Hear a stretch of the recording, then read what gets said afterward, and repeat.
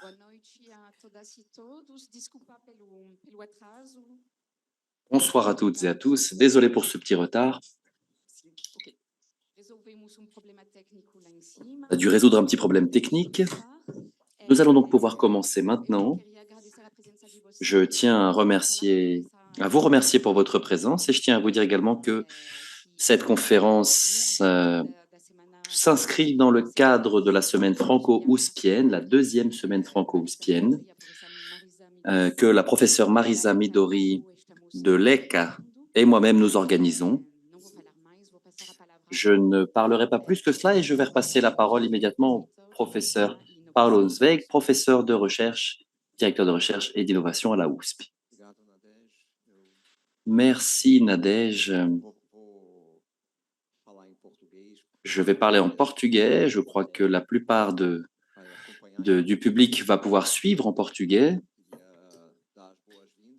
Je souhaite vous souhaiter la bienvenue à toutes et à tous au nom du magnifique recteur, M. Gilbert Cavalsque Junior.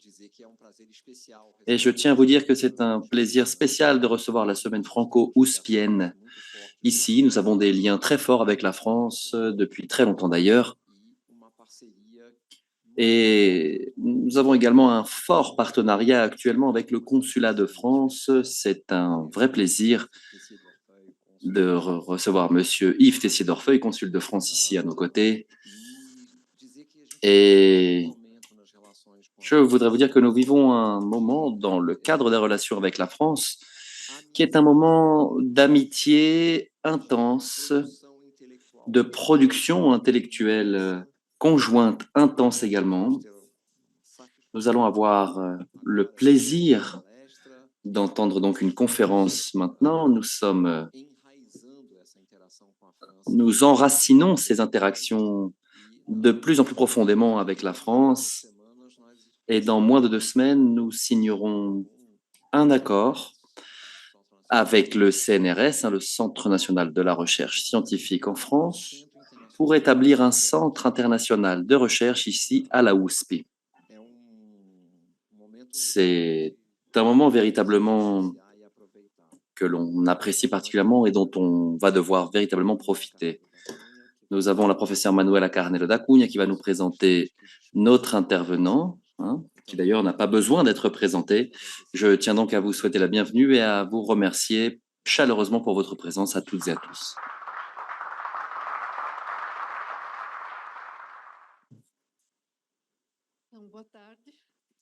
Bonjour. J'ai le plaisir de vous présenter celui qui n'a pas besoin d'être présenté d'ailleurs. Il y avait une journaliste qui avait demandé à João Cabral de Melo Neto en disant « Vous n'avez pas besoin d'être présenté, parlez-moi de vous ». C'était un petit peu sa phrase. Mais en tout cas, c'est un grand plaisir, comme l'a dit notre pro-recteur. Nous renouvelons, je voudrais vous rappeler que nous sommes, peut-être que je suis la plus ancienne ici, mais je voudrais vous rappeler que les origines de notre anthropologie, pour ne pas parler de sociologie et des sciences humaines de façon générale, ici à l'USP, eh bien, remonte à l'époque d'une mission française qui a compté avec de grands noms, non seulement Lévi-Strauss, mais aussi Bastide, Monbeg et qui d'autre, Rodel également. Bref, de grands personnages de la vie intellectuelle française et qui ont laissé des véritables racines qui visiblement vont pousser à nouveau grâce à ce nouvel accord avec le CNRS qui est une excellente initiative. Nous allons aujourd'hui donc nous allons avoir le plaisir d'entendre aujourd'hui Monsieur Philippe Descola. Vous le connaissez tous déjà, vous avez tous déjà lu les nombreux ouvrages qu'il a déjà publiés. J'ai particulièrement d'affection pour le premier ouvrage en question, vous le savez très bien. Je crois que c'est un livre qui a changé beaucoup de choses, tant dans l'ethnographie que dans que dans cet éternel dialogue de sourds entre les anthropologues français et, ou plutôt la tradition française et les anthropologues nord-américains. Dès maintenant, je peux vous dire que Philippe a été un personnage extrêmement important, non seulement dans les institutions académiques françaises. Je me souviens d'ailleurs qu'il a été professeur du Collège de France, hein, c'est vraiment le maximum de la carrière universitaire en France. Et plus jeune d'ailleurs, il a reçu la médaille d'or du CNRS, qui est un autre grand prix, une autre grande reconnaissance. En tout cas, nous avons suivi ses traces, ses empreintes même de Philippe, et nous avons suivi de près les importantes contributions qui ont été les siennes, non seulement pour la chaire au Collège de France, anthropologie de la nature. Il a d'ailleurs expliqué qu'il avait pour objectif de dire que la nature n'existe pas, mais également les nombreux ouvrages qu'il a organisés, dirigés. Et je pense que d'ailleurs ce matin, ça a été assez son influence a été plus connue, hein, son influence dans le mouvement écologique de façon générale et en particulier en France.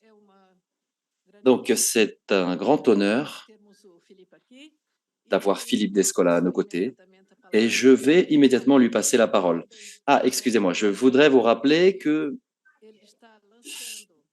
lance un ouvrage, d'ailleurs 2 ouvrages, mais l'un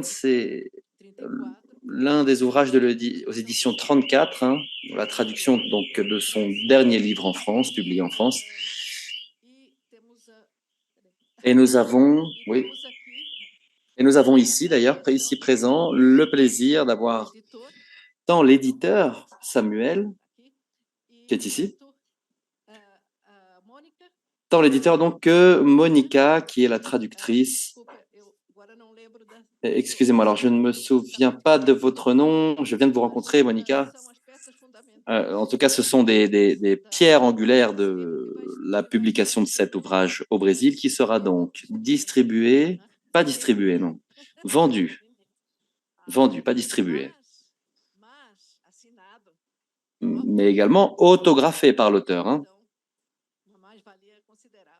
Donc c'est une plus-value qui est absolument considérable. Je repasse donc la parole maintenant, si je n'ai rien oublié, à Philippe qui va donc commencer son intervention en français avec avec force illustrations et d'ailleurs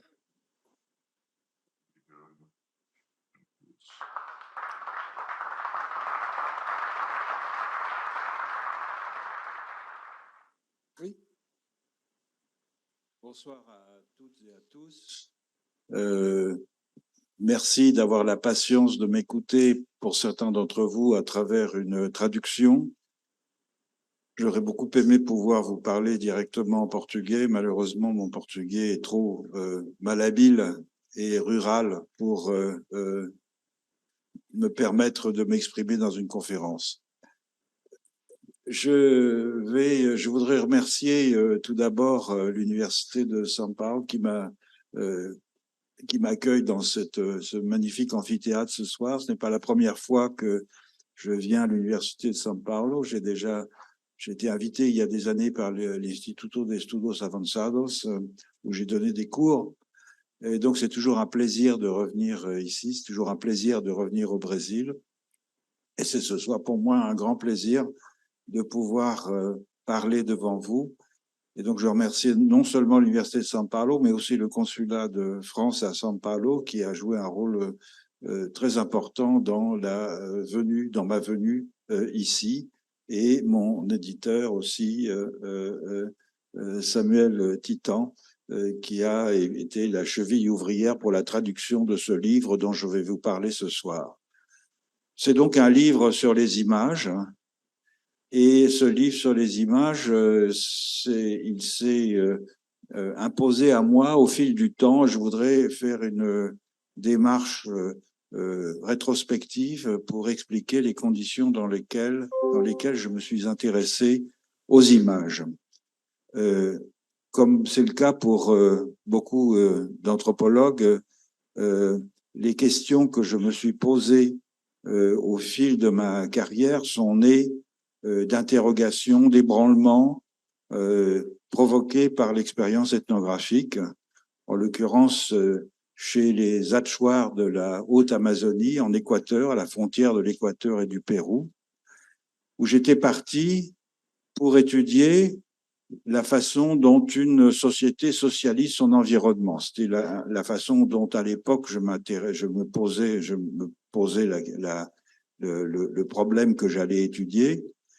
J'avais choisi les Achuars avec ma compagne Anne-Christine Taylor parce que pour étudier la façon dont une société entretient des rapports symboliques et techniques avec son milieu, il m'avait semblé intéressant de travailler, d'étudier une société qui n'avait connu que peu de transformations dans son système technique au fil du temps. Les Achuars venaient d'accepter les premiers contacts pacifiques. Il y avait relativement peu d'outils métalliques et donc ils entretenaient avec leur milieu environnant un rapport qui avait, semble-t-il, assez peu bougé au fil du temps, si ce n'est effectivement qu'il y avait des outils métalliques à présent qui avaient remplacé les outils de pierre. Il n'y avait pas de salariat, la monnaie nationale n'avait pas cours. Et donc, c'était une situation exemplaire pour tenter de comprendre la façon dont une population amérindienne entretenait des rapports avec son milieu environnant. Pourquoi cette question plus particulièrement? Parce que j'avais lu la littérature d'abord de voyage et ensuite proto-ethnographique sur les sociétés de basse terre d'Amérique du Sud, et que j'avais été frappé par deux thèmes qui revenaient sous la plume des voyageurs dès les premières expéditions, dès les textes fameux de Tevet ou de Jean de Léry d'un côté, ou bien de l'autre côté, sous la plume des explorateurs espagnols qui descendaient des Andes vers l'Amazonie. Ces deux thèmes, c'était les suivants. D'une part, ces sociétés n'ont pas d'institution, ce qui suscitait vraiment l'étonnement des voyageurs. Comme on le disait en France à l'époque, ils sont sans foi, sans loi, sans roi, c'est-à-dire ils n'ont pas de religion constituée, il n'y a pas de clergé, il n'y a pas de temple, il n'y a pas de système politique visible, il n'y a pas de chef, et il n'y a pas de codification sociale explicite, rien de tout ce qui caractérisait les sociétés qu'on observait à la même époque en Europe. Et donc ce premier étonnement des visiteurs, qui s'est poursuivi par la suite sous la plume des chroniqueurs, était couplé à un deuxième étonnement, c'est le fait que les sociétés autochtones des basses terres de l'Amérique du Sud semblaient être comme des appendices de la nature. Ils travaillaient peu et ils vivaient des fruits qu'une nature généreuse leur dispensait sans la transformer profondément. Ils étaient donc, alors quelquefois la situation était décrite de façon péjorative, en particulier il y a une légende noire qui au XVIIIe siècle est incarnée par Voltaire, par exemple, et une légende dorée qui est incarnée par Rousseau, selon laquelle, d'un côté, les Amérindiens étaient entièrement sous l'emprise de la nature parce que c'était des brutes sanguinaires qui se dévoraient les uns les autres, ou bien dans la légende dorée, c'était pour prendre l'expression de Montaigne, des philosophes nus qui passaient leur journée à deviser de questions métaphysiques en se balançant mollement dans des hamacs. Et évidemment, cette façon de voir les choses était assez tentante pour un jeune philosophe comme moi. Et donc l'idée d'aller moi aussi me balancer dans un hamac pour discuter de questions métaphysiques profondes avec les Amérindiens m'avait beaucoup séduit. Mais ces deux constats débouchaient sur une énigme, une interrogation plus générale, et l'amorce d'un champ de recherche que j'avais commencé à imaginer, c'était le suivant. Si ces gens-là n'ont pas d'institution sociale, c'est que leurs formes de sociabilité sont différentes des nôtres, bien sûr, mais qu'elles embrassent beaucoup plus largement que les humains et qu'ils parviennent d'une façon ou d'une autre à introduire la nature dans leur vie sociale sous des formes qu'il faudrait examiner. Donc j'étais parti avec cette idée et au fil du temps, l'expérience ethnographique m'a montré que la façon dont je concevais le rapport entre les Achuars et la nature était faussée. Était faussée pour plusieurs raisons. La première raison, c'est que les travaux que j'avais menés, qui sont des travaux assez fastidieux d'études des différentes techniques de subsistance, l'horticulture des sartages, la chasse, la pêche, la cueillette, etc., montraient que les Achuars, lorsqu'ils cultivaient leur jardin, transplantaient beaucoup d'espèces sylvestres dans leur jardin, jusqu'à une 50aine. Et évidemment, le résultat de cela, qu'on pouvait voir en examinant les jardins, les friches abandonnées, les jardins abandonnés, c'était que les plantes cultivées, très nombreuses aussi, et cultivées, comme vous le savez, depuis des milliers d'années, étaient rapidement éliminées par la végétation de recrue, tandis que les plantes sylvestres transplantées, ou bien épargnées lors de l'abattis, se maintenaient.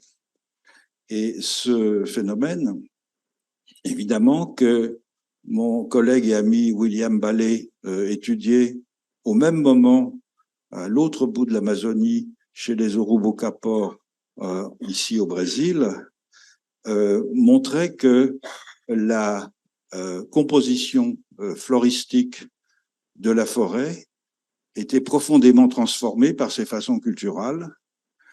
Et le résultat, c'était que il était difficile d'imaginer le rapport des Achuars à la forêt comme celui d'une société qui aurait été parachutée d'un monde empyré comme ça dans un écosystème déjà constitué, puisque cet écosystème, il l'avait façonné au fil des siècles, au fil des millénaires, et que ce qu'avaient fait les Achuars, au fond, comme d'autres populations amazoniennes, c'était de construire une niche, comme tout organisme, par des processus de coévolution et de coadaptation, une niche qu'ils avaient progressivement léguée à leurs descendants. Donc, il n'y avait pas d'un côté la nature, de l'autre la société, il y avait des humains, des non-humains qui cohabitaient depuis très longtemps, qui se transformaient les uns les autres et qui avaient profondément, pour les humains en tout cas, transformé la forêt amazonienne, qui n'était pas une forêt vierge, mais une forêt en partie façonnée par l'action humaine, même si elle n'était pas délibérée. Un autre aspect des études que Anne-Christine Taylor et moi menions chez les Achuars, et qui évidemment est devenu beaucoup plus apparent une fois qu'on a commencé à comprendre leur langue, c'était que il n'y avait pas de nature. C'est-à-dire, non seulement il n'existait pas un terme équivalent à celui de nature, dont on peut montrer par ailleurs qu'il n'existe que dans les langues européennes, qu'il est intraduisible même dans les grandes langues de l'Asie, en chinois ou en japonais. Mais que plus au-delà de cela, les plantes, les animaux et les esprits formaient des populations avec lesquelles les Achuars entretenaient des rapports intersubjectifs au quotidien. Ces rapports intersubjectifs, ils étaient de deux types. Ils étaient fondés d'abord sur les rêves, c'est-à-dire sur les messages que des plantes, des animaux, des esprits, quelquefois des morts, venaient délivrer sous forme humaine aux rêveurs. Et ils étaient décelables aussi dans les communications que les Achuars entretenaient avec les plantes, les animaux et les esprits au moyen d'incantations magiques qu'ils appelaient des anent. Anent vient de inint, le cœur, et ces incantations étaient chantées, et ça nous a pris un peu de temps pour les discerner parce qu'elles étaient chantées mentalement. Et c'était des discours de l'âme adressés directement à l'âme des interlocuteurs de façon à influer sur leur comportement, que ces interlocuteurs soient des humains ou des non-humains. Et en recueillant de façon systématique ces chants magiques, ces anentes, on avait un panorama extrêmement diversifié des types de rapports que les Achuars entretenaient avec telle ou telle catégorie de non-humains.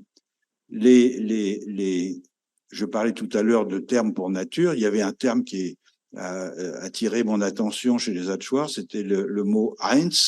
Eins désigne littéralement ce qu'on peut traduire par une personne. Et au début, je pensais qu'il s'agissait de personnes humaines, des gens par exemple.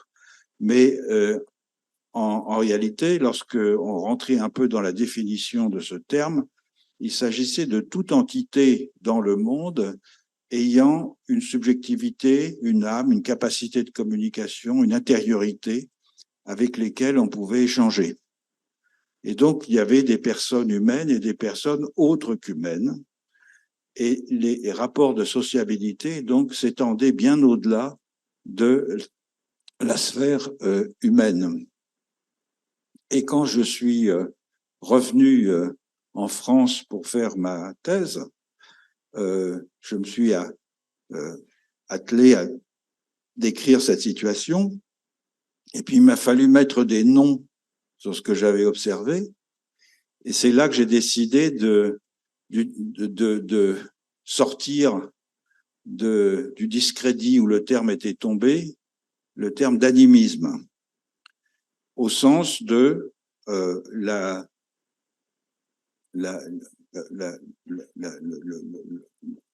l'intention, en quelque sorte, ou le désir ou le souhait de voir la plupart des non-humains comme ayant une intériorité analogue à celle des humains, mais en même temps avec cette condition supplémentaire que chaque espèce de non-humain avait des caractéristiques physiques, notamment biologiques, pour les plantes et les animaux, qui les condamnaient, si on peut dire, à occuper un certain type de milieu seulement et à construire, au fond, du fait de leur disposition physique, de leur système sensible, de leur système de locomotion, etc., de construire des mondes singuliers, des mondes différenciés qui se rencontraient évidemment, notamment à travers de la chaîne trophique,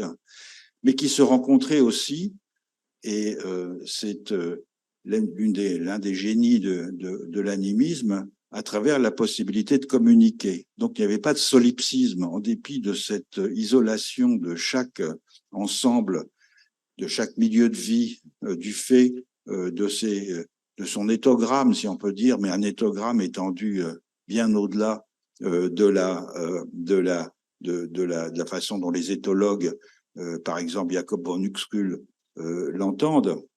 Et cette façon de voir les choses m'avait conduit à penser que les outils que j'avais moi-même amenés pour essayer de comprendre la situation des Achuar étaient évidemment inadéquats, puisque les Européens, les modernes, concevaient les rapports aux non-humains comme à l'inverse de ce que l'on observait chez les Achuar, c'est-à-dire comme, au contraire, une exceptionnalité chez les humains du fait de leur disposition interne, de leurs facultés cognitives et morales, et le fait que les humains se distinguaient pas par ailleurs du point de vue de leur disposition physique des autres éléments du monde. Donc on avait des reconnaissances de continuité et de discontinuité entre humains et non-humains dans l'un et l'autre cas, mais qui ne passaient pas par les mêmes frontières. Et je me suis fixé comme objectif, lorsque j'ai commencé ma carrière de chercheur, lorsque j'ai commencé à tenir un séminaire de recherche à l'école des hautes études en sciences sociales après ma thèse, je me suis fixé comme objectif d'essayer de comprendre les différentes formes de concevoir ces continuités, ces discontinuités entre humains et non-humains qui s'étaient développées à la surface de la Terre. Donc un grand projet comparatiste, mais que j'ai commencé de proche en proche, d'abord en me penchant sur les textes qui concernaient les populations des basses terres d'Amérique du Sud, c'est-à-dire l'Amazonie et le Chaco, et puis ensuite en remontant vers le nord, vers les sociétés autochtones du nord de l'Amérique du Nord, dans la zone du Canada ou périarctique, et ensuite en traversant le détroit de Bering vers la Sibérie, et en descendant ensuite vers le sud, c'est-à-dire vers les populations d'Asie, certaines populations d'Asie du Sud-Est et certaines populations de Mélanésie. Là, je me suis aperçu qu'il existait un archipel animiste dans lequel on trouvait des points communs tout à fait nets qui étaient fondés sur cette double caractéristique. La plupart des entités du monde ont une intériorité, ce sont des personnes avec lesquelles on peut communiquer, etc. Mais ces personnes, ces formes de vie, vivent dans des univers qui sont séparés du fait de leur disposition physique. C'est ce que Eduardo Viveros de Castro appelait le multinaturalisme après. Et c'était très frappant de voir que ces formes de vie, c'était pas uniquement des espèces au sens caractéristique. J'ai cité hier dans une conférence une remarque de Valdemar Bogoras, qui est un grand ethnographe russe des Tchoukches, de l'autre côté du détroit de Bering, en Sibérie, et qui remarquait que pour les Tchoukches, les ombres sur les murs vivent dans leur village où elles subsistent en chassant. C'est-à-dire chaque unité morphologique particulière était au fond vue comme ayant des dispositions qui lui permettaient d'habiter des mondes qui leur étaient propres. Donc ça, c'était déjà un premier point qui s'opposait à ce que j'avais, comme j'avais dit, amené dans mon attirail conceptuel d'ethnologue, à savoir l'idée d'une séparation entre nature et société, que j'ai appelé le naturalisme. Pourquoi le naturalisme? Parce que cette façon de voir les choses, c'est-à-dire l'exceptionnalité humaine du point de vue de l'intériorité et le fait que les humains ne se différencient pas du point de vue des lois de la nature, c'est quelque chose qu'on voit dès le XVIIe siècle, par exemple dans la théorie des animaux-machines de Descartes, ne se différencient pas du point de vue physique du reste des éléments du monde. Cette façon de concevoir les choses, ce filtre de la perception des caractéristiques du monde, s'est progressivement mis en place en Europe et il a eu comme conséquence précisément l'extériorisation de la nature comme un champ de phénomènes vis-à-vis duquel les humains pouvait se situer dans une position d'extériorité, de contrôle, évidemment de connaissance. Alors j'ai continué cette enquête au fil des années et deux autres formules me sont apparues. L'une qui était fondée sur la relecture des matériaux australiens, des aborigènes australiens. C'est une période très excitante parce que j'ai découvert un monde qui était très différent de celui qui m'était familier en Amazonie et évidemment familier en Europe, puisque la théorie du totémisme telle qu'elle s'est développée en Australie et telle qu'elle a été reçue en Europe au début du XXe siècle, avec beaucoup de surprises, paraît à première vue extrêmement contre-intuitive. C'est l'idée que des humains et des non-humains, à l'intérieur de classes nommées, partagent des qualités morales et physiques qui viennent d'un prototype qui jadis s'est déplacé à la surface de la Terre et a laissé des semences d'individuation dans certains sites qui viennent s'incorporer génération après génération dans les membres humains et non humains d'une classe. Et donc là, il n'y avait pas de différence de forme. Ce n'était pas les différences de forme qui comptaient, comme c'est le cas dans l'animisme et comme c'est le cas aussi dans le naturalisme, c'était des différences de tempérament, et quelquefois des différences morphologiques, mais assez générales, des différences de comportement aussi. Et ce système-là était fondé sur l'idée que les animaux totémiques, puisque la plupart des animaux, des totems en Australie, disons 70%, ce sont des animaux, que les totems, les noms de totems n'étaient pas tant des noms d'animaux. C'est une chose que j'ai découvert en lisant un linguiste qui s'appelle Carl Georg von Brandenstein, qui a écrit un livre savant sur les noms de totems en Australie, sur les noms de totems dans les différentes langues australiennes. Il y en a beaucoup, il y en a près de 600 des langues, et qui notait que les noms de totems sont des noms de qualité qui servent à désigner des animaux. Et ça, c'est très important parce que le mystère que posait le totémisme aux savants européens au début du XXe siècle, c'était celui de comprendre comment, et à une époque où la distinction entre nature et culture s'était véritablement stabilisée comme une séparation à la fois ontologique mais aussi épistémologique, comment des gens pouvaient imaginer qu'ils descendaient d'un animal. Or, il ne s'agissait pas du tout de l'idée que l'on descend d'un animal, il s'agissait de l'idée plus complexe que des humains et des non-humains incarnaient les caractéristiques physiques et morales d'un prototype et qu'ils étaient nommés à travers un nom de totem qui désignait une qualité englobante, laquelle réunissait un ensemble de qualités physiques et morales que l'on pouvait décrire en détail. Donc on avait là quelque chose de différent de ce que j'avais exploré auparavant dans l'animisme et dans le naturalisme. On avait des continuités, des discontinuités encore, mais qui passaient à nouveau par des frontières distinctes. Des continuités parce qu'il y avait continuité morale et physique à l'intérieur d'un groupe entre des humains et des non-humains, mais discontinuité entre les groupes parce que les paquets de qualités morales et physiques que chaque groupe d'humains et de non-humains incarnait différaient.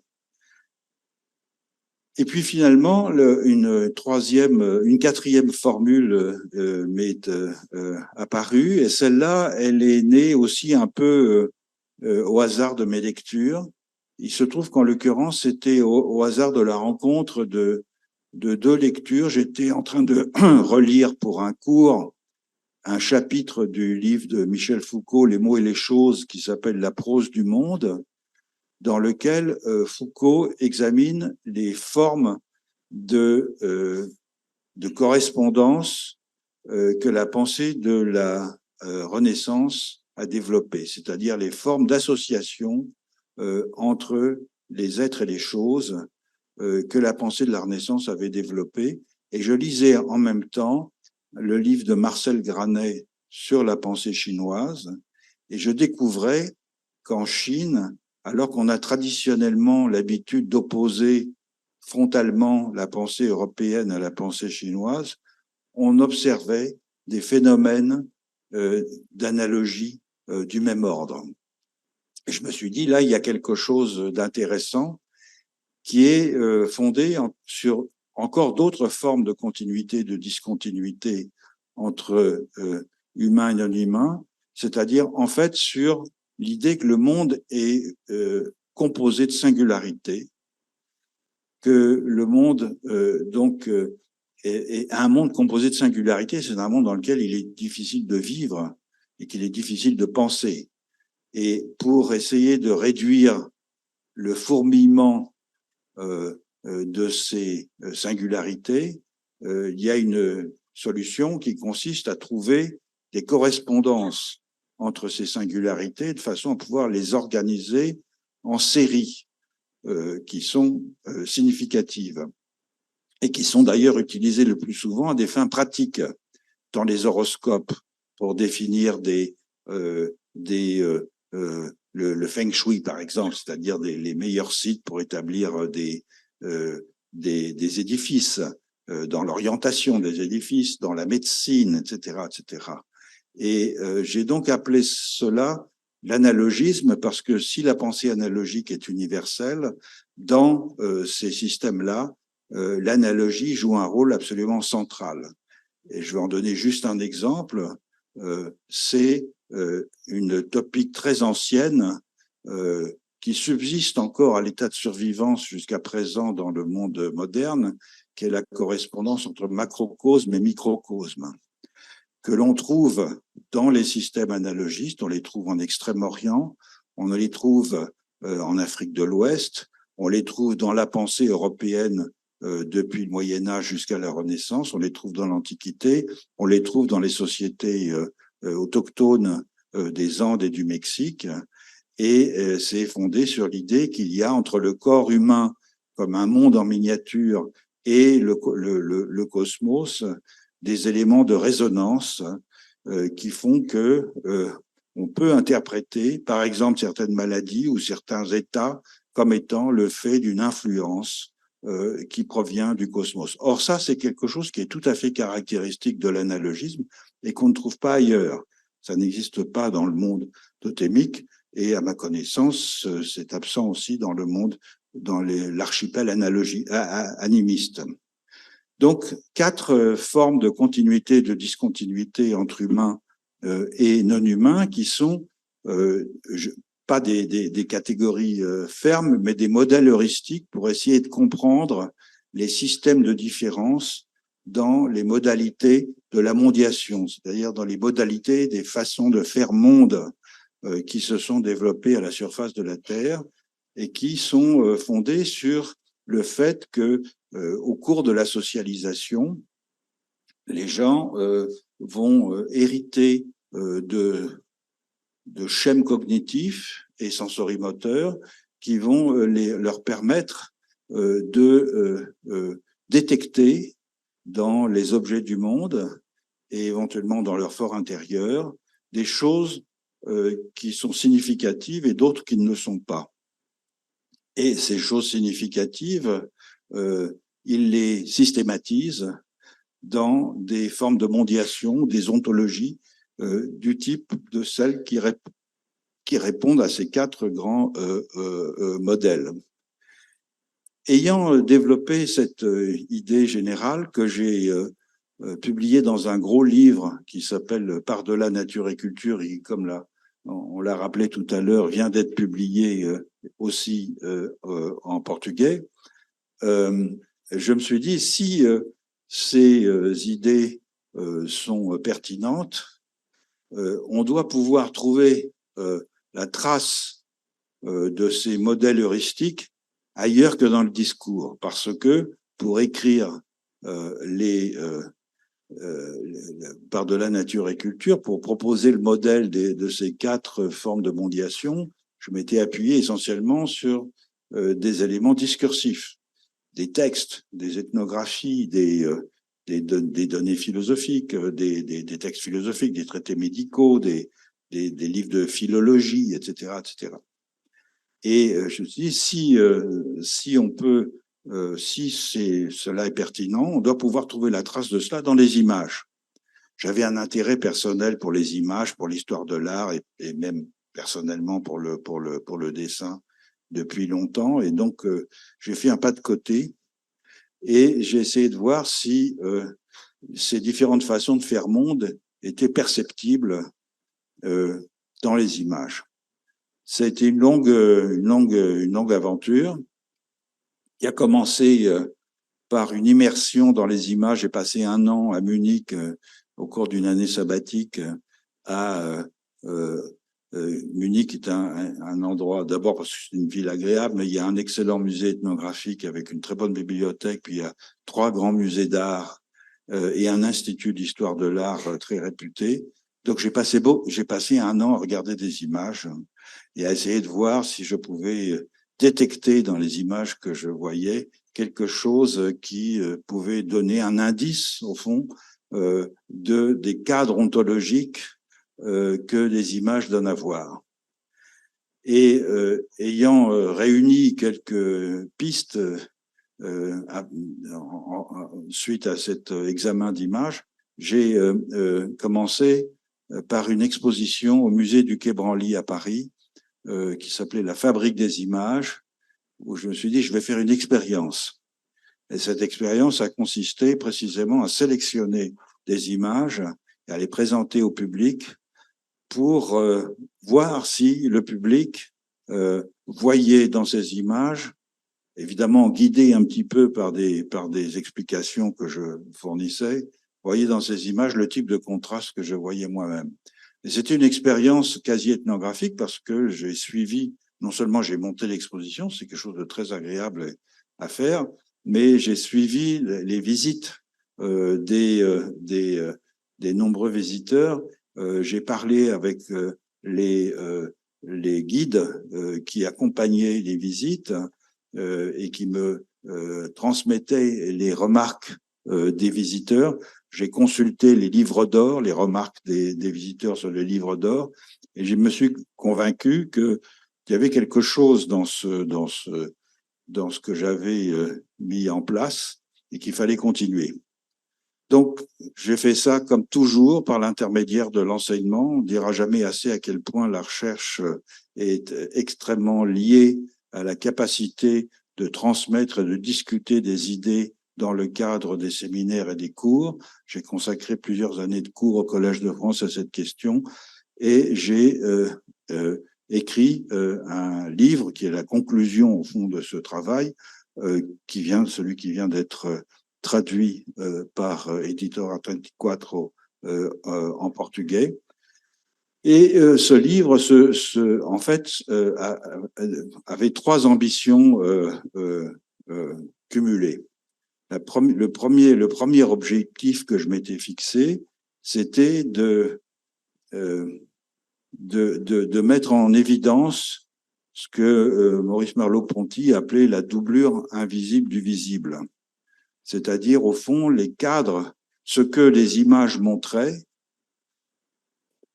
à la fois de façon visible, c'est-à-dire par ce que les images avaient retenu comme étant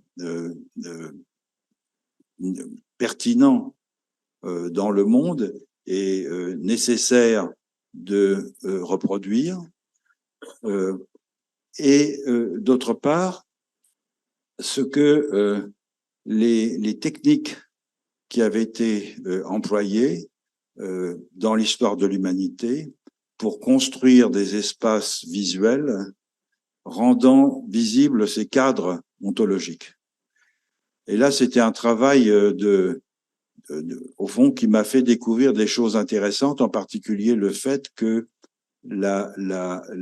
l'obsession de ce que j'ai appelé la figuration naturaliste qui en fait, la figuration naturaliste a précédé la thématisation du naturalisme dans les textes. J'ai dit tout à l'heure que c'est au XVIIe siècle, au moment de la révolution scientifique, que l'on voit formuler dans des textes les principes généraux du naturalisme, mais en réalité, on les voit apparaître, ces principes, sans être thématisés explicitement par le discours, dans les images, beaucoup plus tôt, dès le XVe siècle. Et donc, dès le XVe siècle, se met en place une façon de figurer qui est fondée sur l'émulation de la vision humaine. Il s'agit de reproduire la vision humaine et, de ce fait, d'adopter sur le monde un seul point de vue. Et c'est une chose frappante dans l'étude de la construction des espaces visuels, c'est que cette attitude qui a duré en Europe jusqu'au cubisme, qui a tout d'un coup fait basculer la figuration vers un polyperspectivisme, c'est-à-dire vers la description d'êtres et de scènes vues de différents points de vue. Cette façon de figurer les choses était complètement exceptionnelle dans l'histoire de l'humanité. Ailleurs dans le monde, on s'est efforcé de présenter, avec des variations locales intéressantes, le plus grand nombre de qualités possibles d'un être, en multipliant les points de vue, ou d'une scène, en multipliant les points de vue sur cet être ou cette scène. Donc, le deuxième aspect, c'était de montrer les techniques de construction de l'espace visuel, bien sûr la perspective comme étant caractéristique du naturalisme, mais pas seulement, qui avait été employée par ce que j'ai appelé les imagiers, de façon à éviter la discussion stérile sur la question de savoir si toutes les formes de figuration sont de l'art ou pas. Donc les gens qui produisent des images, qu'ils avaient utilisées un peu partout dans le monde et au fil des siècles et des millénaires pour figurer des caractéristiques du monde. Et le troisième aspect que j'ai voulu développer dans ce livre, je ne parlerai pas de ces deux derniers aspects parce que plus après, mais je veux l'évoquer quand même, c'est une idée qui a commencé à se développer chez les historiens de l'art depuis une trentaine d'années, chez des gens comme Friedberg, chez des gens comme Horst Bredekamp, comme Hans Belting, essentiellement donc pour beaucoup des historiens de l'art allemand ayant reçu une forte influence de Aby Warburg, mais aussi chez des anthropologues, en particulier l'un d'entre eux, qui est Alfred Gell, dans un grand livre qui s'appelle Art and Agency, une idée qui a commencé donc à se faire jour, dont on voit les prémices d'ailleurs, non seulement chez Warburg, mais même un peu avant, chez des intellectuels allemands du début du XXe siècle, à savoir que les images, c'est pas simplement des assemblages de symboles ou des icônes visant à figurer quelque chose, ce sont aussi des agents de la vie sociale et qu'en tant que tels, ils exercent un effet sur les spectateurs qui les regardent et que cette dimension doit être prise en considération si on veut avoir une vision complète de ce que c'est qu'une image. Donc, je me suis intéressé à cet aspect en développant une hypothèse, à savoir que ces formes d'action, cette puissance d'agir des images, elle n'était pas uniquement, elle n'était pas le fait d'un mécanisme cognitif particulier, mais des circonstances locales d'ostension des images et de réception de ces images dans des circuits particuliers. Et j'ai essayé de montrer que les différentes formes de puissance d'agir des images, en fait, correspondaient aux 4 grands régimes de figuration que je viens d'évoquer, c'est-à-dire que les images peuvent figurer, peuvent être animées ou actives par imputation d'intentionnalité, ça c'est le mode animiste, par un excès de mimétisme, si on peut dire, qui est caractéristique du naturalisme. Et dans le cas de l'analogisme, les images sont animées parce que l'on fait comme si elles étaient des éléments de la vie sociale. On les traite comme si. Un bon exemple, c'est la façon dont on traite les divinités hindoues, qui sont traitées comme des personnes. On leur chante des chansons, on les couche, on leur met un bonnet de nuit, on les nourrit, on les promène, etc. Elles sont traitées comme, mais on ne leur impute pas une intentionnalité, on ne leur impute pas une intériorité. On fait comme si c'était des éléments ordinaires de la vie sociale. Et dans le totémisme, l'animation des images est fondée sur un processus encore distinct, c'est un processus indiciel, c'est-à-dire que l'on vise à ranimer les traces que les images sont censées reproduire des êtres prototypiques qui sont à l'origine du monde. Ça se voit, on le verra dans quelques images plus tard, mais ça se voit aussi dans les rituels. Il y a un rituel qui est des rituels qui sont très intéressants en Australie centrale, dans lesquels des danseurs viennent incarner les prototypes des prototypes totémiques d'un groupe totémique.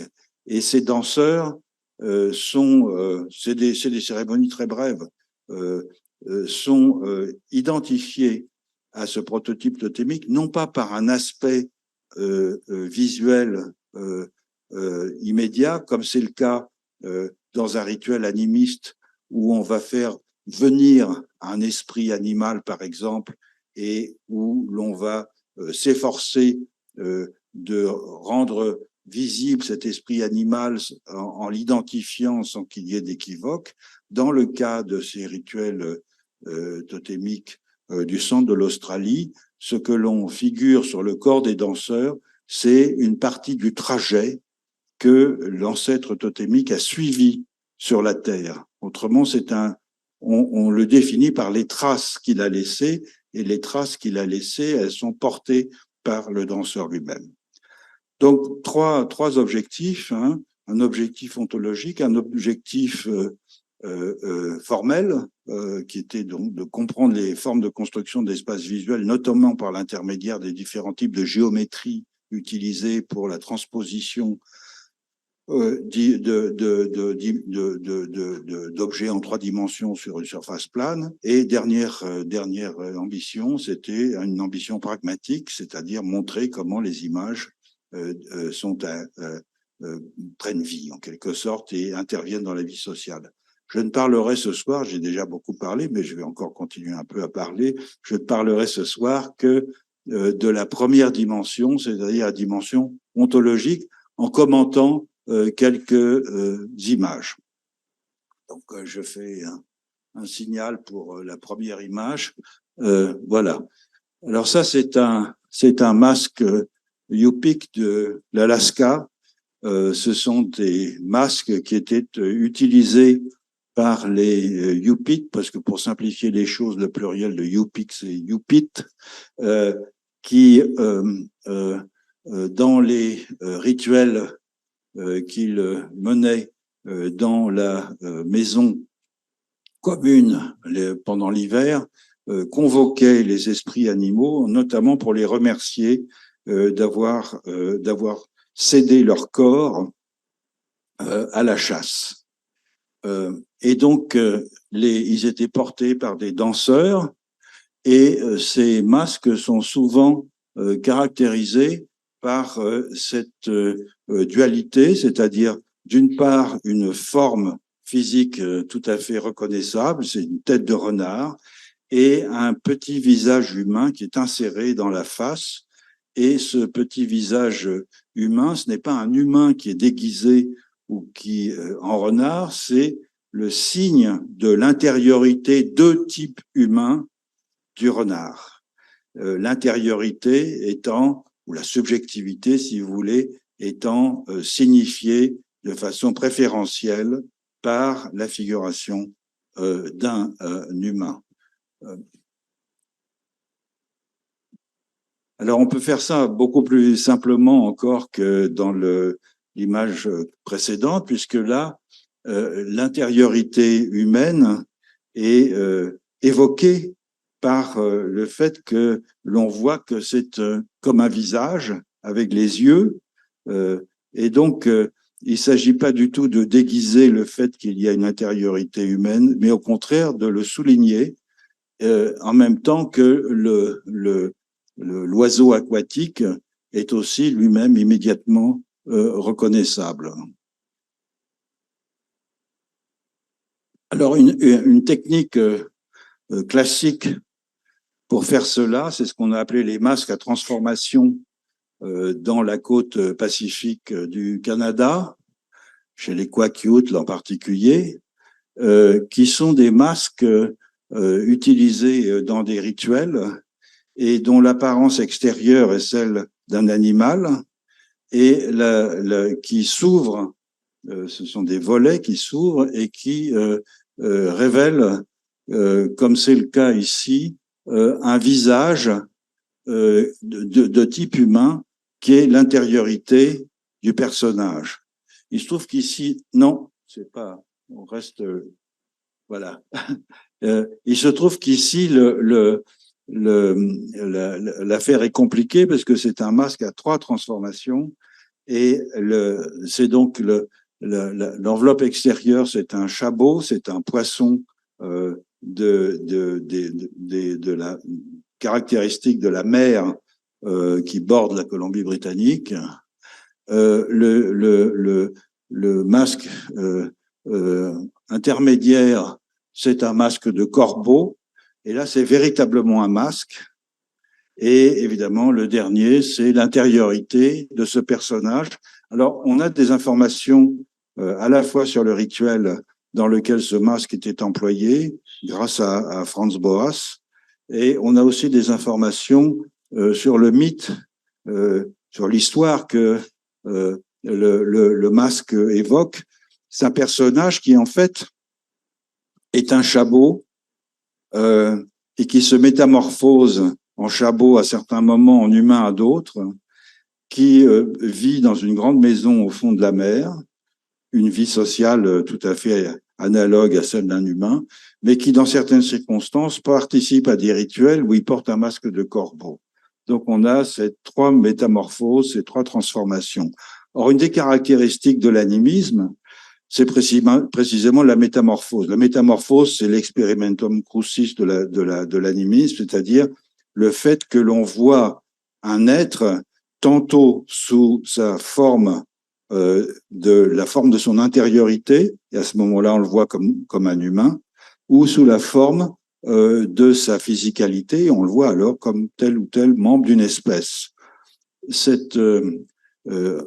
Rappelons-nous que, comme je le disais à propos des Achuars, lorsque les non-humains viennent visiter les humains en rêve, ils se présentent sous forme humaine et ils se déclarent pour ce qu'ils sont.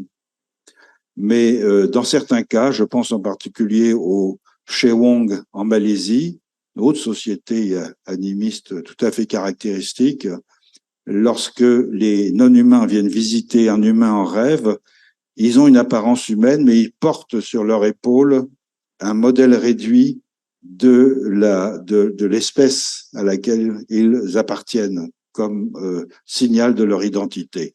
Et donc la métamorphose, c'est ça, c'est la capacité de basculer, de commuter d'un point de vue à un autre. Et évidemment, les masques à transformation sont très efficaces pour ce processus de commutation. Alors, c'est un processus qui peut prendre une forme très simple. On est encore chez les Yupik, puisque là, la partie renard est sur la droite, la partie humaine est sur la gauche, et en déplaçant le regard de la droite à la gauche, on opère la commutation du point de vue de la physicalité sur la droite au point de vue de l'intériorité sur la gauche. Et ce qui est intéressant, c'est que on trouve exactement le même dispositif. Et ça, on a évidemment, j'ai eu un sentiment de trouvaille euh, euh, rempli de bonheur lorsque j'ai découvert ce masque, parce que c'est un masque Bétisek, c'est-à-dire c'est une population aborigène de Malaisie euh, euh, qui a beaucoup de caractéristiques en commun avec les Chewang que j'évoquais tout à l'heure. C'est un masque de chaman qui figure un esprit tigre que le chaman va incorporer. Donc la partie tigre est sur la droite, la partie de l'intériorité de type humain est sur la gauche.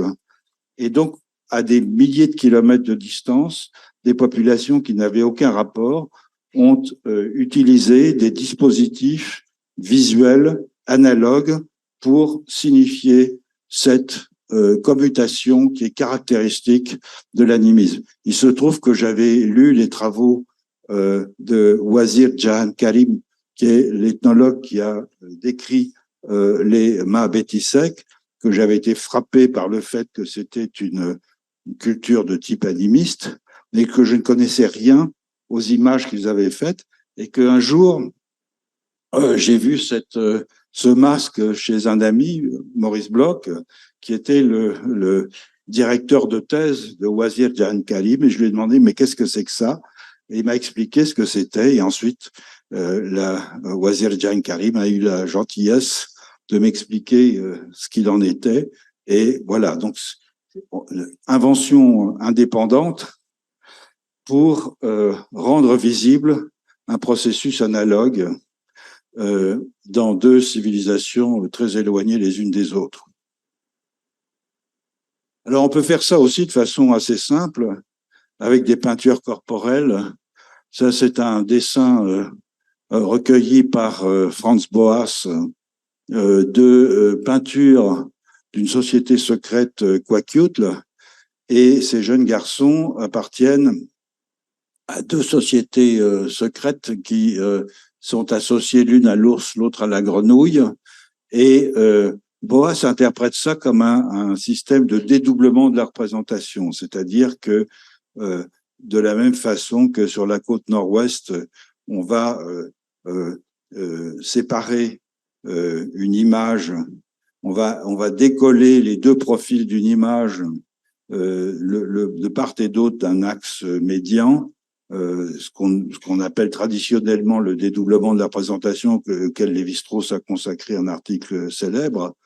Mais au-delà de cela, beaucoup plus qu'un dédoublement de la représentation, il s'agit d'une figuration d'un ours et d'une grenouille qui doivent être vues lorsque le corps est en mouvement. Donc imaginez le garçon sur la droite, vous voyez qu'il a la tête de la grenouille et sa bouche sur les fesses, les membres de part et d'autre sur les bras et sur les cuisses. Et il faut donc l'imaginer à quatre pattes, en train de sautiller comme ça. Et la métamorphose, là, elle s'opère parce que l'on voit une grenouille qui sautille, mais en même temps, on voit bien que c'est un humain. Et donc, l'intériorité humaine est présente par le fait qu'on ne déguise pas le fait que c'est un humain. Et c'est la même chose d'ailleurs avec les danses chez les Yupik. Les danseurs étaient presque nus, et donc il n'y avait aucun doute sur le fait que c'était des humains qui incorporaient le point de vue de l'animal.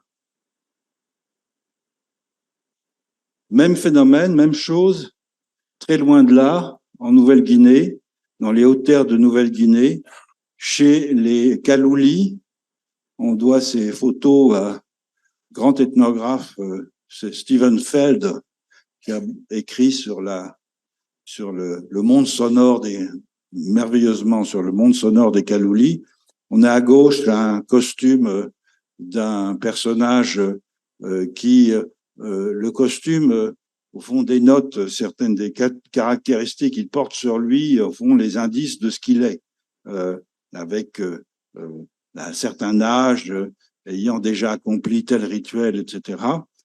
Et sur la gauche, avec le même costume, on fait quelque chose de différent, qui est on fait venir un homme oiseau. Vous remarquerez que les brassards que porte cet homme sont des brassards mobiles.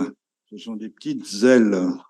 Et donc, lorsqu'il saute, ces brassards font comme des ailes. Et Steven Feld raconte que lorsque ces rites, dans cette région de Nouvelle-Guinée, les ancêtres deviennent des oiseaux.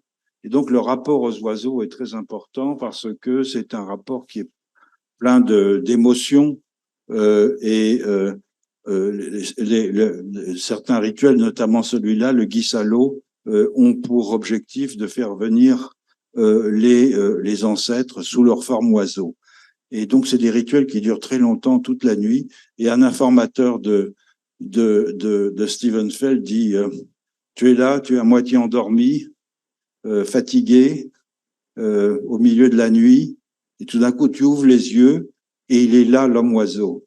Et il est là parce que on a l'illusion, au fond, à travers le mouvement, que c'est un homme oiseau, mais on sait bien que c'est pas un homme oiseau non plus. C'est donc exactement le même dispositif que celui qu'on a vu auparavant. Bon, ça, c'est plus classique ici, dans cette au Brésil. Si on se rappelle que les non-humains se voient, notamment les animaux se voient comme des humains, comment se distinguent-ils les uns des autres? Ils se distinguent comme les humains se distinguent les uns des autres, c'est-à-dire par leur peinture corporelle. Et donc, comme ils se voient avec des corps humains, il faut pouvoir se différencier, et ils se différencient avec des peintures corporelles. Et lorsque l'on veut aller voir les non-humains, essentiellement parce que partout dans l'univers animiste, les maladies et l'infortune sont transmises par les animaux que l'on chasse, parce que lorsque l'on tue des personnes, que l'on chasse des personnes et qu'on les mange, on absorbe une partie de leur subjectivité, on absorbe une partie de leur intériorité, et donc ça provoque des dommages. C'est ce que disait un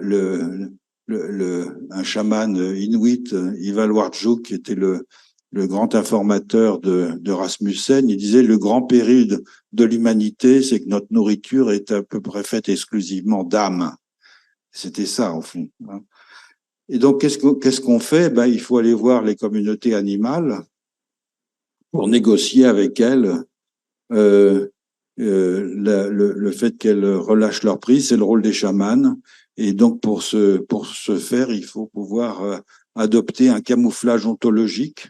Et le camouflage ontologique, c'est pas un déguisement qui vise à imiter l'animal, c'est un déguisement qui vise à adopter les peintures corporelles que les animaux arborent pour se différencier les uns des autres sur des corps qu'ils voient comme des corps humains. Alors là, on passe au naturalisme. C'est une illustration d'un grand classique qui sont les très riches heures du duc de Berry, un manuscrit, un livre d'heures qui est conservé à la bibliothèque de Chantilly et qui décrit avec une obsession minutieuse les activités du mois d'octobre. Et par différence avec la figuration de l'époque médiévale, c'est-à-dire de quelques années encore auparavant, qui était fondée sur des associations de symboles dans lesquelles on ne s'attachait pas à décrire de façon précise des situations, mais à rendre visibles des rapports de hiérarchie ou de sacralité entre des personnages.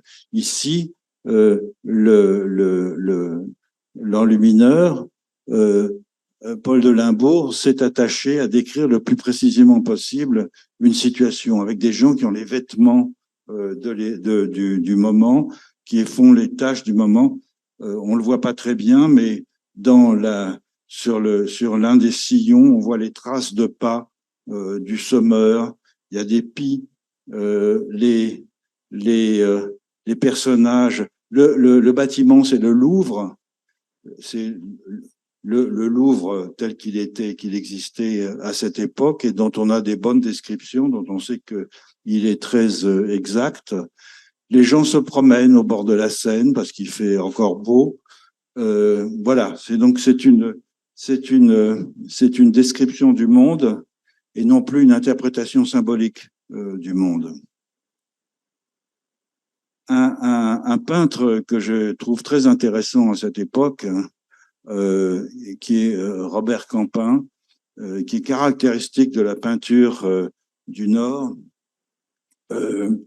montre ici, dans ce triptyque dont la partie centrale, à savoir l'Annonciation, a été retirée, sur les deux panneaux latéraux, les deux caractéristiques de la figuration naturaliste et les deux caractéristiques du naturalisme, à savoir la singularité de l'intériorité humaine, qui est notable dans les visages et les attitudes des deux donateurs, et d'autre part le fait que le monde est une totalité organisée, dans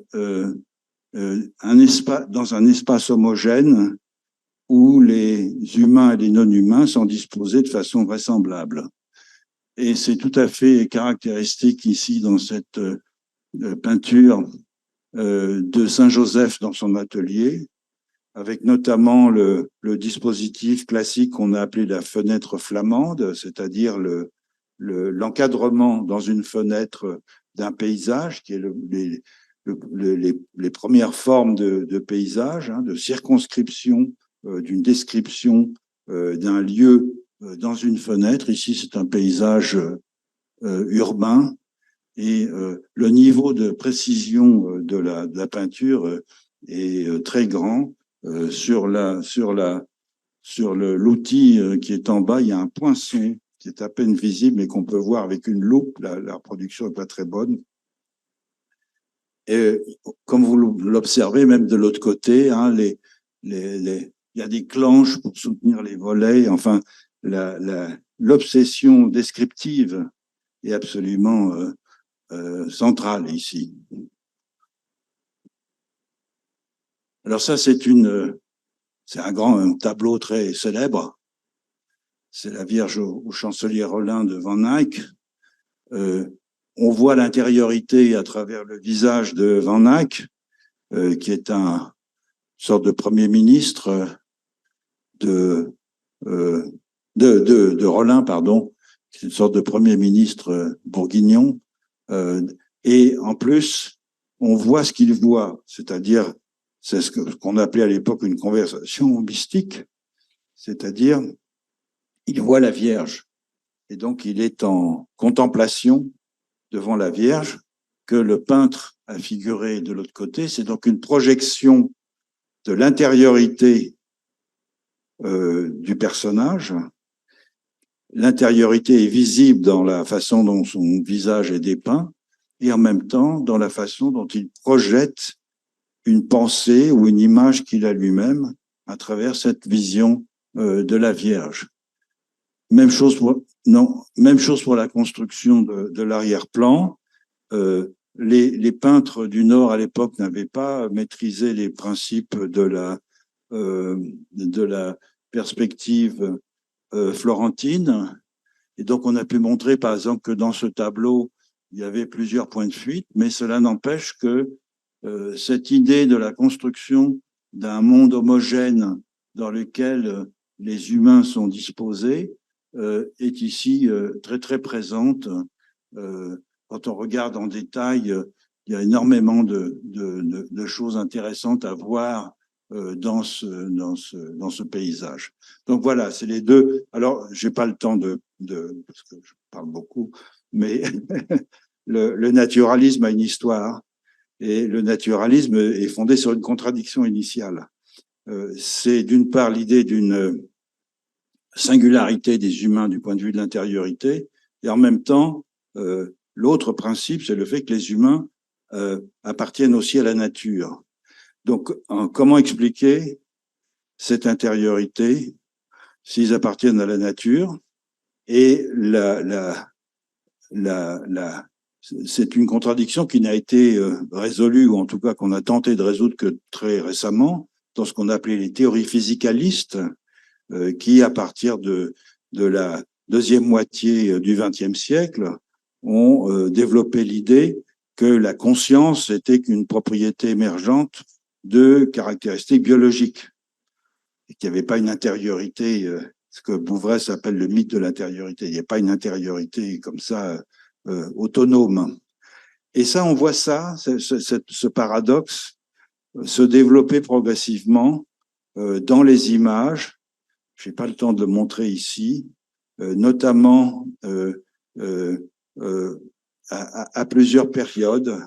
Je pense en particulier à une période très intéressante qui est la peinture de genre du siècle d'or hollandais, dans lequel les personnages sont disposés les uns vis-à-vis des autres dans des situations où l'intériorité est en fait l'effet des rapports qu'ils entretiennent et n'est pas quelque chose qui procède d'eux-mêmes.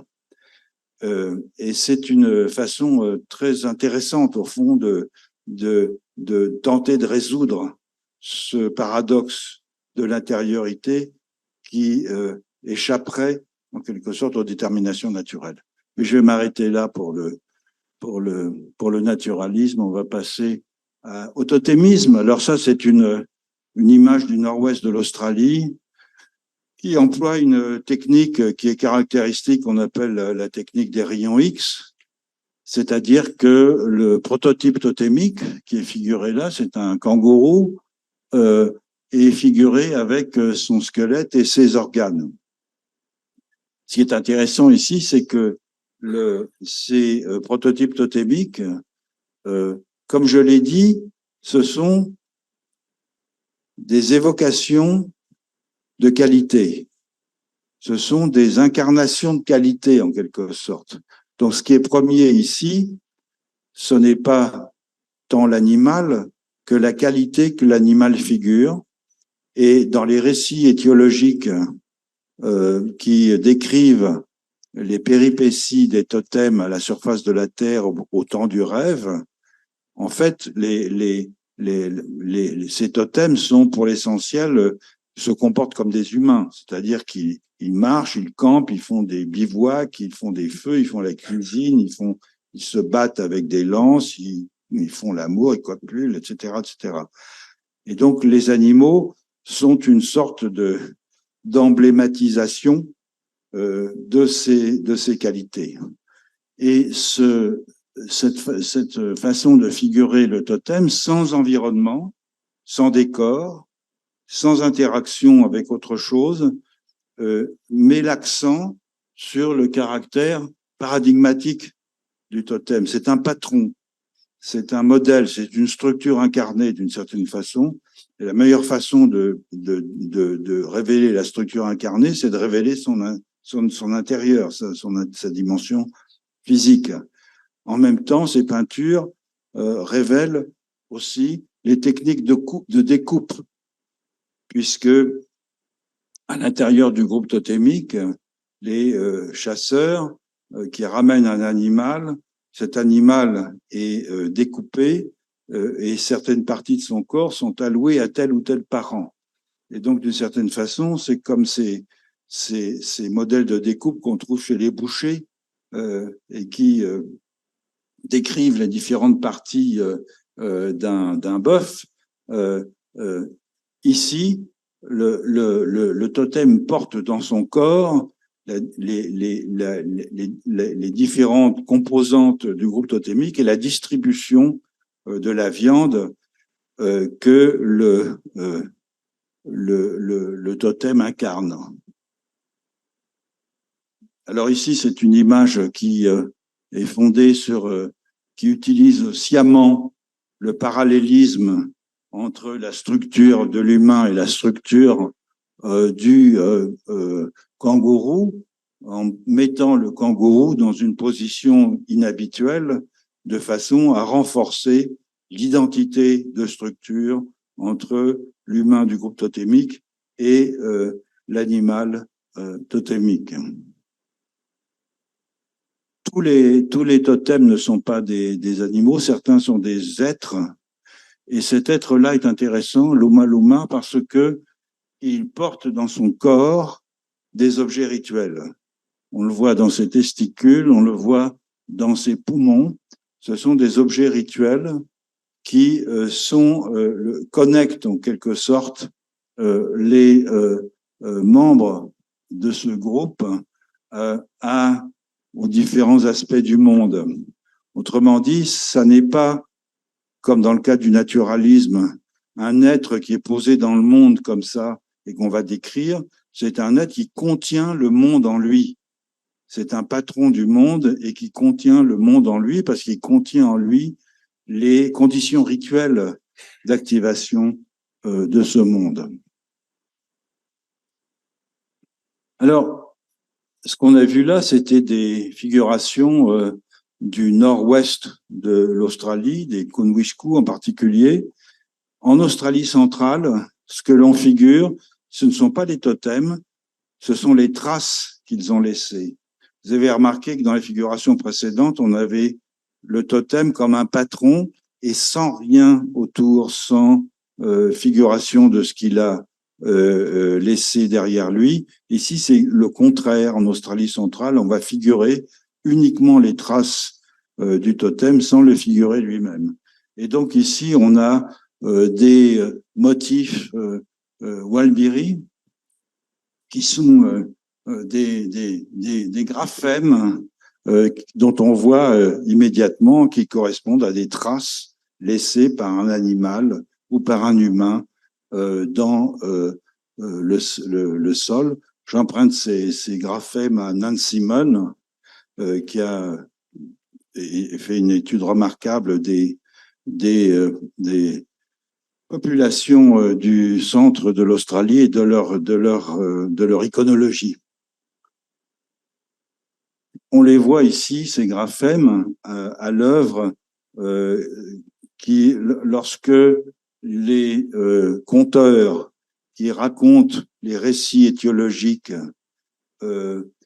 accompagnent leurs récits des traces que les prototypes totémiques ont laissées sur le sol, et ils sont des traces qui sont tout à fait, qui sont à la fois iconiques et indicielles. Iconiques parce qu'elles figurent de façon inverse la partie du corps que l'animal totémique a laissé, et indicielle parce que c'est un indice de sa présence. Par exemple, ici, vous voyez l'arc de cercle, c'est une trace d'un prototype totémique de type humain, parce que ce qu'il a laissé, c'est la trace de ses fesses dans le sable. Et les tableaux contemporains, qui sont maintenant très connus, des artistes aborigènes, en fait, poursuivent ces descriptions, et on voit ici l'ensemble des traces laissées par des êtres totémiques en fonction des aventures qu'ils ont traversées.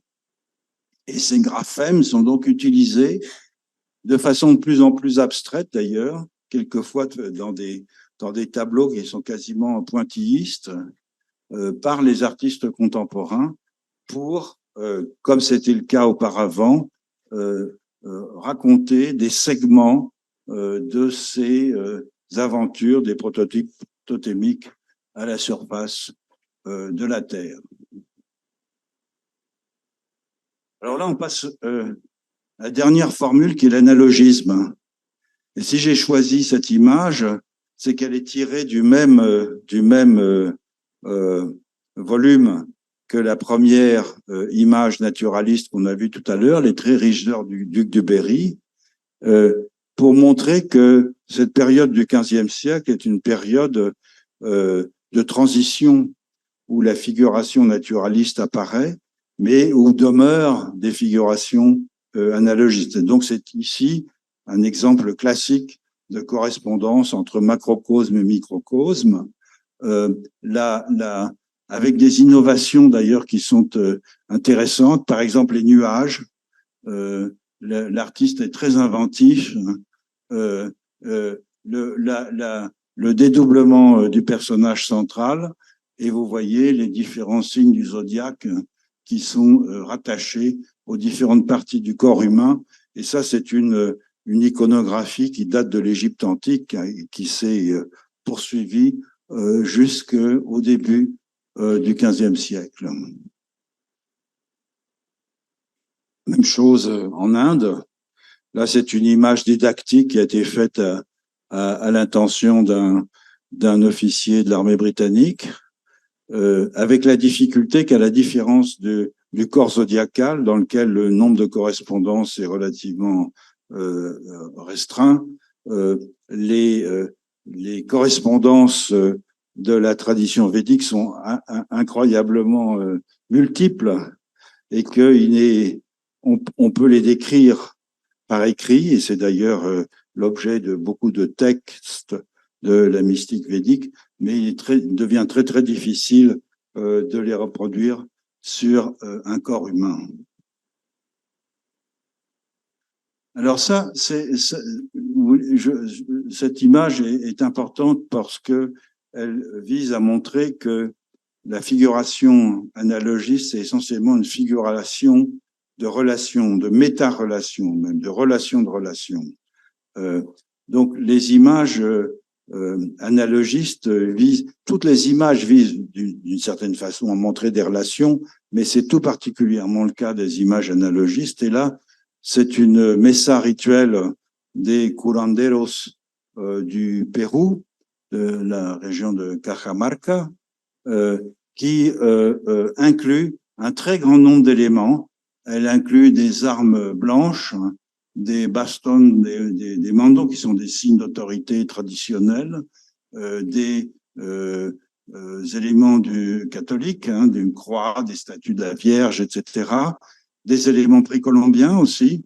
Et les curanderos sont pourchassés par les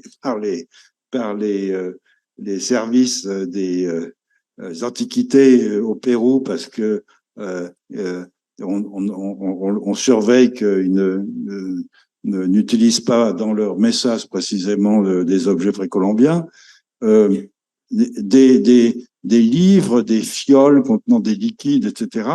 Et le principe de ces messas, ça consiste à tracer un itinéraire entre ces différents éléments qui soit homologue à l'itinéraire que le patient a traversé, en somme, sa biographie récente, et qui est reconstitué par le curandero de façon à établir une correspondance entre l'itinéraire, entre ces différents éléments, et c'est les péripéties de son existence qui ont produit la maladie dont il souffre. Donc, c'est vraiment l'incarnation d'un système de correspondance. Alors ça, c'est une autre caractéristique de la relation analogique. Ça, c'est une relation de descendance. Et c'est une relation de descendance. Donc, c'est un bâton Dieu des îles Cook dans lequel est figurée la descendance d'un ancêtre. L'ancêtre, c'est le visage que l'on voit en haut. Et chaque génération est à la fois semblable parce que les conventions figuratives les représentent de la même façon, et en même temps différentes parce que, comme vous voyez, à chaque génération, les personnages sont retournés.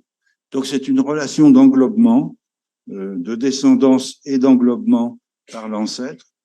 Et d'ailleurs, on pouvait voir aussi cela dans l'autre sens, c'est-à-dire comme une pirogue avec l'ancêtre à la proue et les membres de sa lignée s'alignant dans la pirogue parce que les îles ont été colonisées progressivement par ces personnages qui étaient des ancêtres, amenant avec eux les membres de leur lignée. Alors, une des caractéristiques de la figuration, une des figures caractéristiques de la figuration analogiste, c'est la chimère. La chimère est intéressante parce que c'est une combinaison d'éléments disparates qui prend sa cohérence et donc qui manifeste l'existence d'une relation entre ces éléments disparates à travers l'autonomie biologique qu'elle manifeste. Contrairement à ce qu'on pourrait penser, les vraies chimères, en tout cas, sont des êtres qui donnent l'illusion de l'autonomie biologique. Même s'ils sont composés d'éléments disparates, ces éléments disparates sont disposés de telle façon qu'ils sont situés de telle façon qu'ils permettent à la chimère une existence autonome. Si vous regardez les dragons, par exemple, ou les garoudas, enfin toutes les formes de chimères ailées qu'on a pu inventer, elles sont toujours caractérisées par le fait d'avoir des ailes sur le dos, c'est-à-dire leur permettant de voler.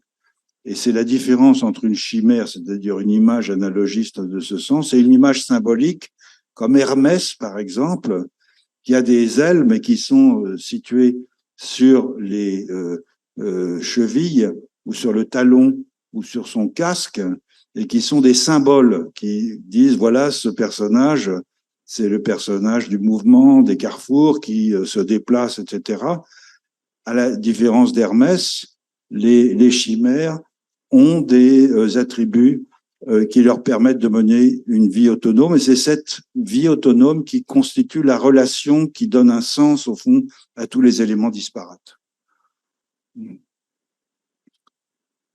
Bon, ça, c'est une autre chimère classique. Et si je l'ai retenue, c'est parce que c'est la masse de la Diablada d'Oruro, en Bolivie, qui est un festival qui se tient tous les ans dans cette ville de mineurs, qui a été maintenant beaucoup folklorisé et patrimonialisé, mais qui est intéressante parce que elle commémore des éléments qui sont à la fois liés à une tradition chrétienne et à une tradition précolombienne.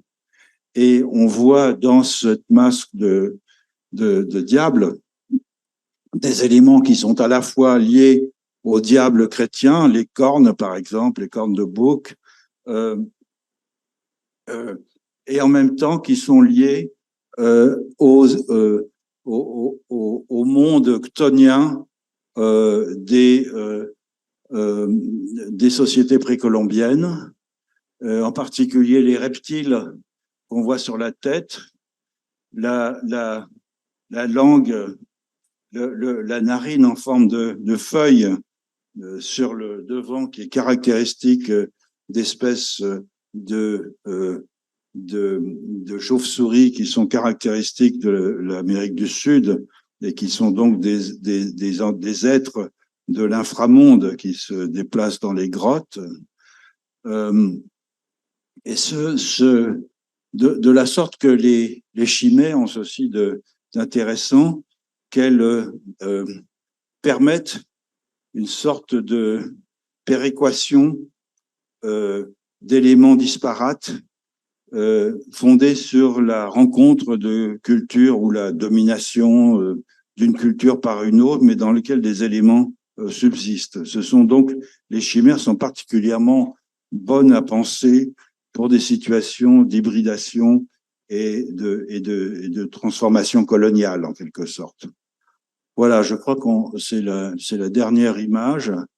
Je vais conclure avec ça. Je crois que j'ai déjà longuement parlé.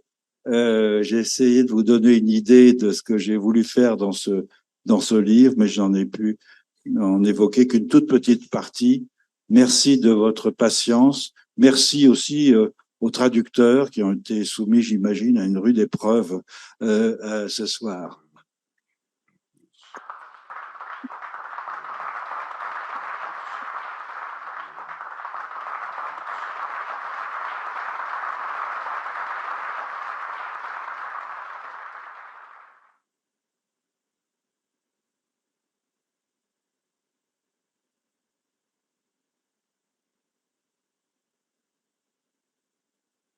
crois qu'on a un peu de temps pour les questions et Manuela va nous faire la gentillesse d'être la modératrice pour cette session.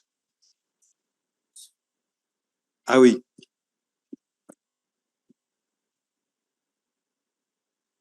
Talvez uma ou duas perguntas, porque tem o lançamento do livro, então não podemos. Peut-être que l'on peut prendre une ou deux questions parce qu'il y a le lancement du livre, donc on ne peut pas rester jusqu'à minuit avec Philippe.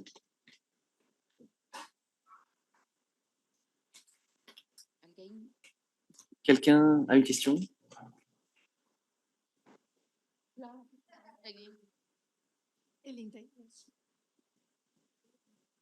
Bonsoir Philippe. Eu vou falar em português. Bonsoir Philippe, je vais parler en portugais, mais je vais parler lentement pour voir si vous me comprenez. Je suis historienne, donc moi je ne suis pas anthropologue, mais moi aussi je viens du domaine des images. J'étudie la Mésoamérique et en particulier le Mexique.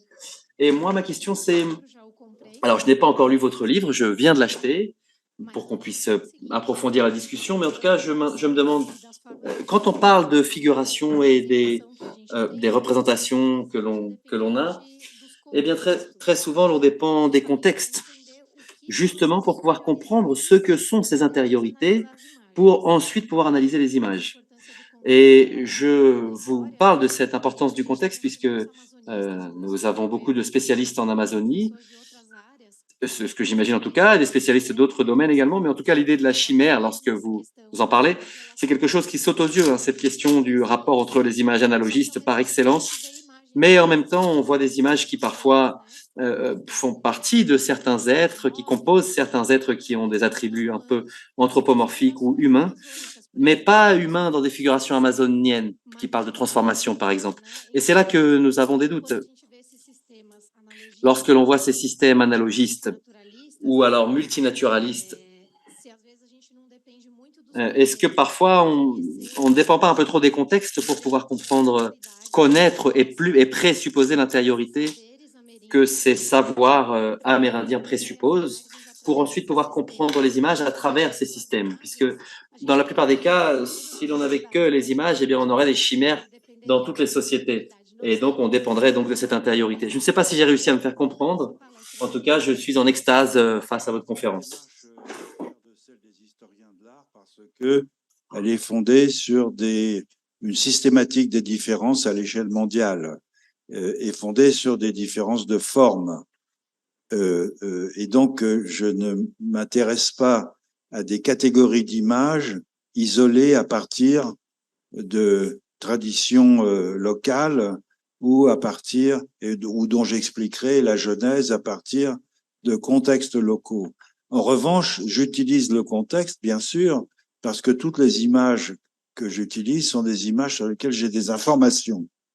Et ces informations, ce sont soit les informations que les ethnologues ont recueillies dans tel ou tel contexte pour décrire les conditions de production et d'usage des images que j'analyse, ou les historiens de l'art, auxquels je suis très redevable aussi, parce que c'est par leur intermédiaire que je sais que telle ou telle image a été faite dans tel contexte pour telle ou telle chose. Donc le contexte, je l'utilise uniquement pour, au fond, appuyer l'identification ontologique de l'image et non pas pour l'expliquer. Et c'est en ça que ma démarche diffère de celle des historiens de l'art. Voilà, une réponse un peu brève, mais je crois que vous l'avez compris. Não sei se há outras perguntas. Je ne sais pas s'il y a d'autres questions. S'il n'y a pas d'autres questions, eh bien, nous allons passer la parole Nous allons passer au lancement du livre. Vous voulez rester? Je crois qu'il y a une table à l'extérieur qui est probablement beaucoup plus pratique pour pouvoir signer les livres. Donc, merci. Merci pour votre excellente